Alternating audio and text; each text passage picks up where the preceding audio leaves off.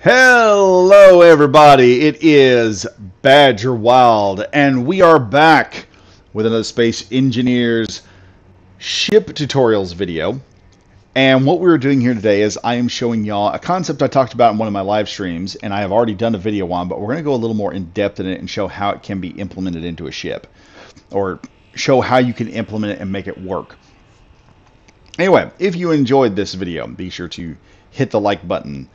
Be sure to comment and tell me what you think, what you liked, what you didn't like. And as always, if you're new to the channel, subscribe. I've got all kinds of videos you might enjoy, and I've got also ship builds on here, which are just amazing. If you're new to the channel or you've never seen Space Engineers, there are people that are out there who have never seen this game. Be sure to check out the channel. There's a lot more content. But anyway, continuing on today, we're going to talk about the concept of a hydrogen nacelle. Now, why... And this is the first question I need to answer. Why is it you would want a hydrogen nacelle? Well, up in SE, up until a point, and I'm just going to start doing this so I can show you guys exactly what we're dealing with here. Up to a point, we had just a baseline tanking system. We had just two tanks. And those two tanks, this is what you got. Now, most people didn't use the small hydrogen tank except for like small builds. And this was the big boy tank. This is what everybody wanted to use. This was not what everybody wanted to use, because this carried only 1 million liters. Let me go over here and check, make sure. So we go into control panel here. You can see this carries 1 million liters of hydrogen. So the big boy tank, what would that carry? It's about 9 of them can fit in this area. How big is it? Well, it's 15 million. So that became a big difference there. So for the longest time, that was the issue. Then comes a little update called the Warfare 2 update. And the Warfare 2 update was designed to make battles go quicker, because up until this point, ships in SE were built like bricks. Players were figuring out ways to build them so that they were almost damn near indestructible. And so they introduced an update where these tanks will actually explode relative to, with a blast, yielding a damage potential relative to how much hydrogen was in the tank. Now, here's the problem with this. With this tank, it is the surface area of the block going straight outward and doing a little bit. So your damage potential was this here would be your damage potential on one side of your block.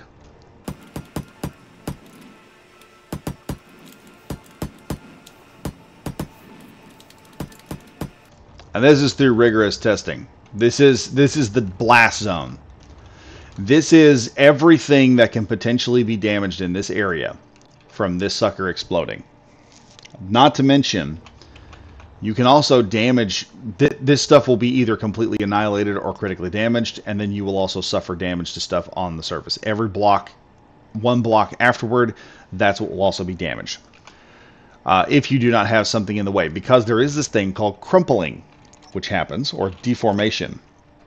And deformation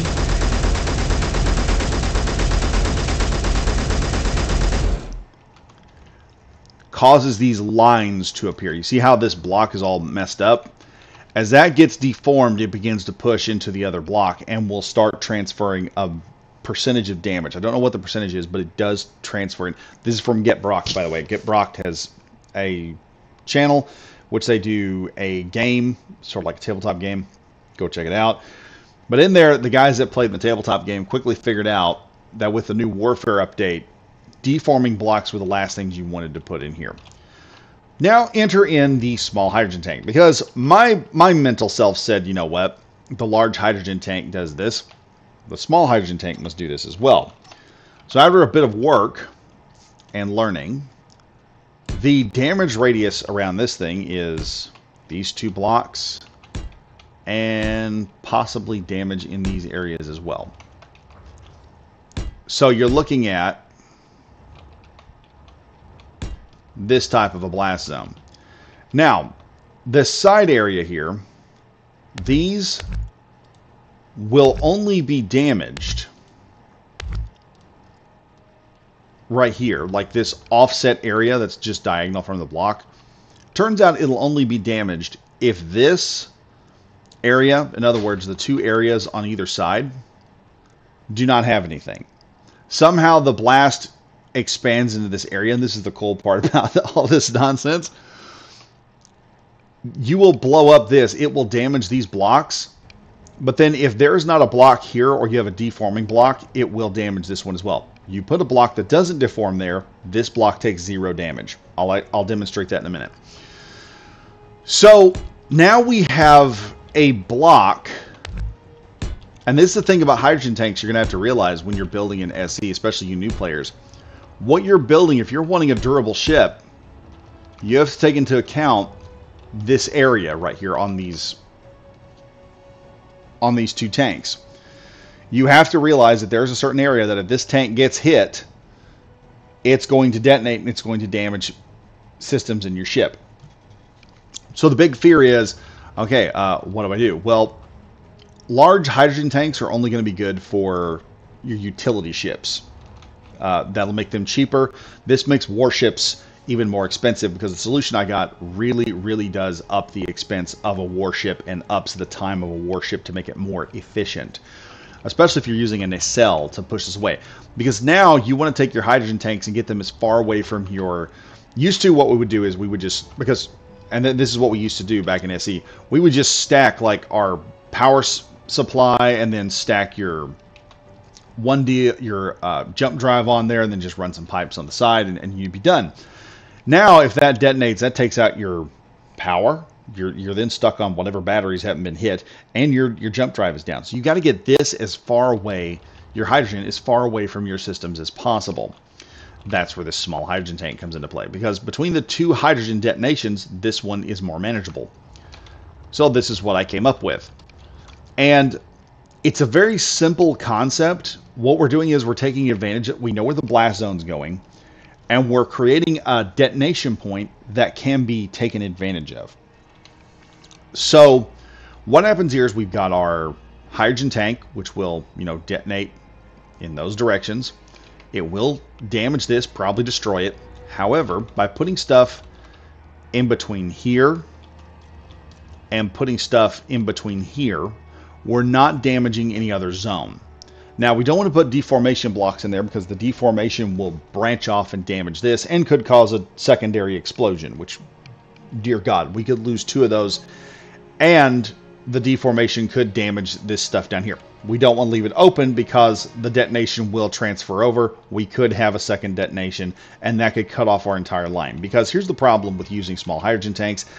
There's only one connection port, and that's on either end of it. So we've got to get around the connection port so it doesn't damage. What you do is you build it like this. You build your line of hydrogen tanks hooked up to a T-junction in between each one.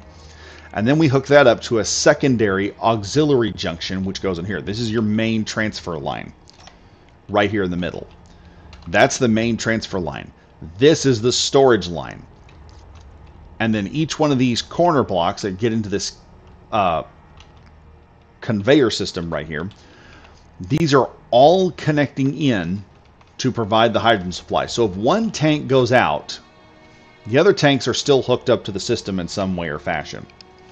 This way now when you're building, and you can build this in multiple different configurations, you can do one line of these and then run a line of, and then just run 2 builds. You can actually do the secondary line, the main feed line.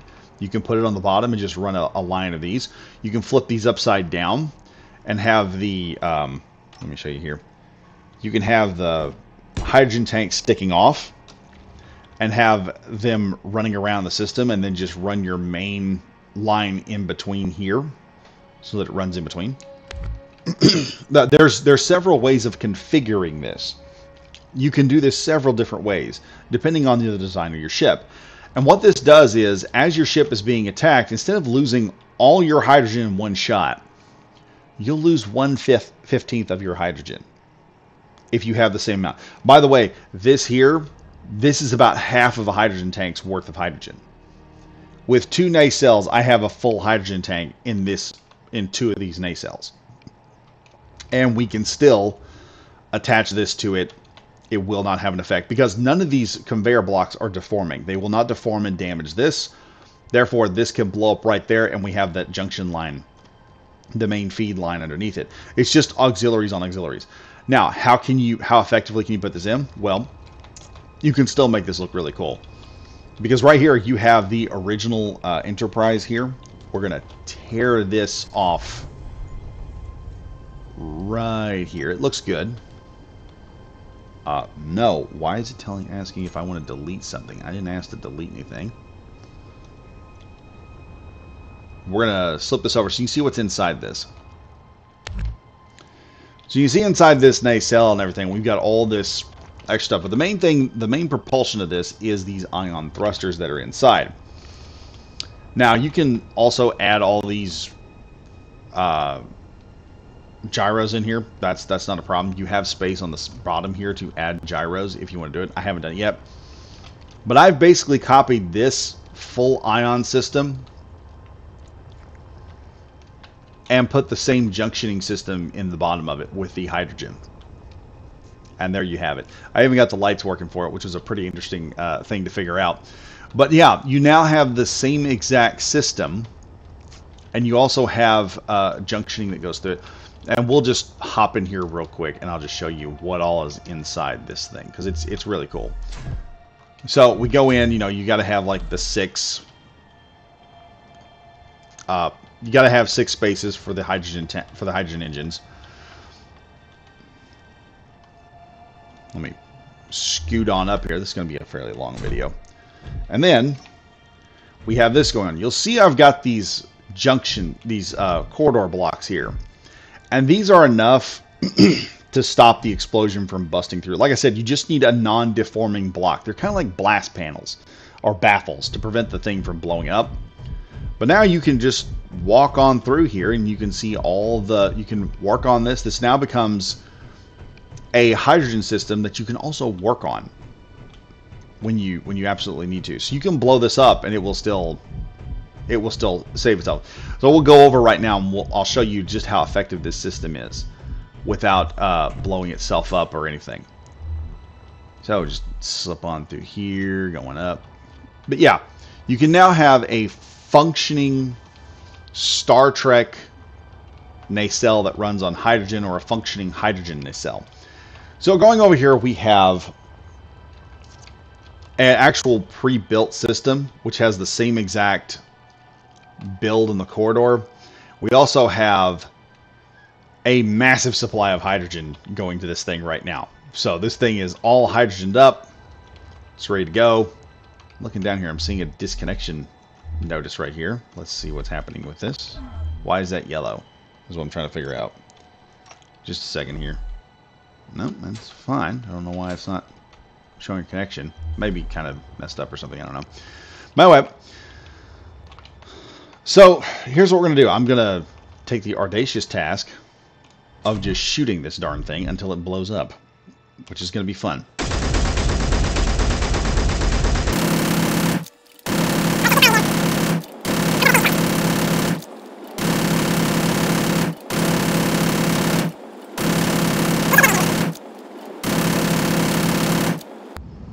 Okay, yeah, we're about to lose it now.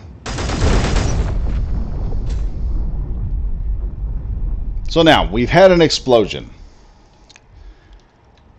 There has been a mild detonation. You can see we have some things smoking and some things not. Let's take a look here and see what all has been damaged. Where's my deal? You see here our current conveyor. That is not damaged. The beam block next to this is damaged. We lost the 2 blocks going in here. Our 2 corridor blocks that we put in, they're gone now.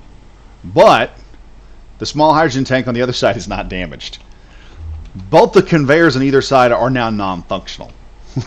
So this no longer works anymore. This is still functional. This here just got damaged. I'm not sure how that got damaged. Let me see. That might be from a previous. Well, that's not damaged.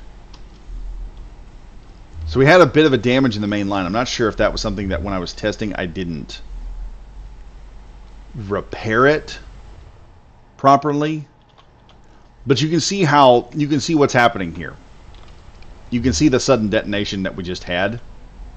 That one's damaged. I'm not sure if that's from the original, because we did have this line was yellow when I come in here. So that could be the reason. Let me repair that real quick and just see. Yeah, everything's the green. That must have been pre-damaged when I was testing to make sure I had everything correct and it would work like it was supposed to. Because I always pre-test everything before I go in. So here you go. You have your... this is damaged. All this would not have been damaged. This conveyor did not get damaged. That one was already damaged. We had to repair it. Our hydrogen tank over here has not been damaged. And these are full hydrogen tanks because we're in creative mode and I've got all these hydrogen generators just pumping into this thing right now. And yes, there is a thing right here. There's a connector right there that I'm using. This is also where the connector junction goes. If you're going to do the junction or junction into it, you need to provide 3 blocks of space and provide 1 block so that you can junction off, so that when these blow up, because here's the problem, if these two blow up, this is your weak point. If these two blow up and they're close together, like they're 1 block apart, that will take out the entire feed to the rest of the ship. So then you may have your hydrogen generator inside the ship generating hydrogen for this thing if you're not careful. That'll take out the whole nacelle, and then the whole nacelle can't operate properly. You can't also send hydrogen through the ship. You can't run off your hydrogen bottles or anything off of this. All sorts of things happen. But like I said, you see here how that works. And this is a very simple repair. This is just go back in, throw another hydrogen tank in,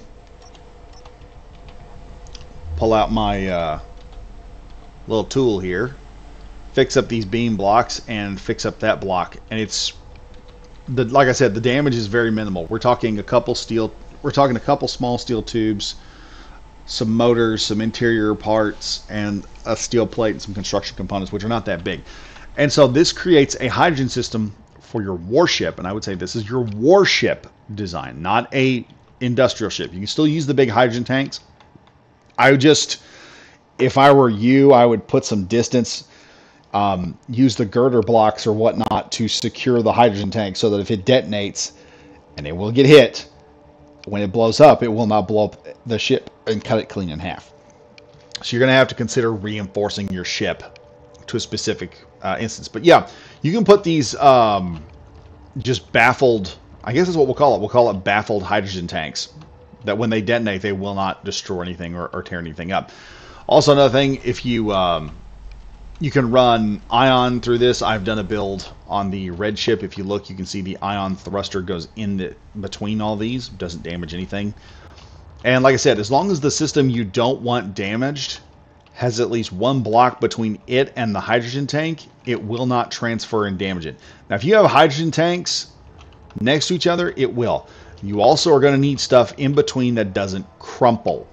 That's the key to this. Non-crumpling blocks, as well as a non-crumple block here that prevents, and these beam blocks are perfect for that. This prevents a transfer detonation, so you don't have other key systems getting damaged in the process on a diagonal basis.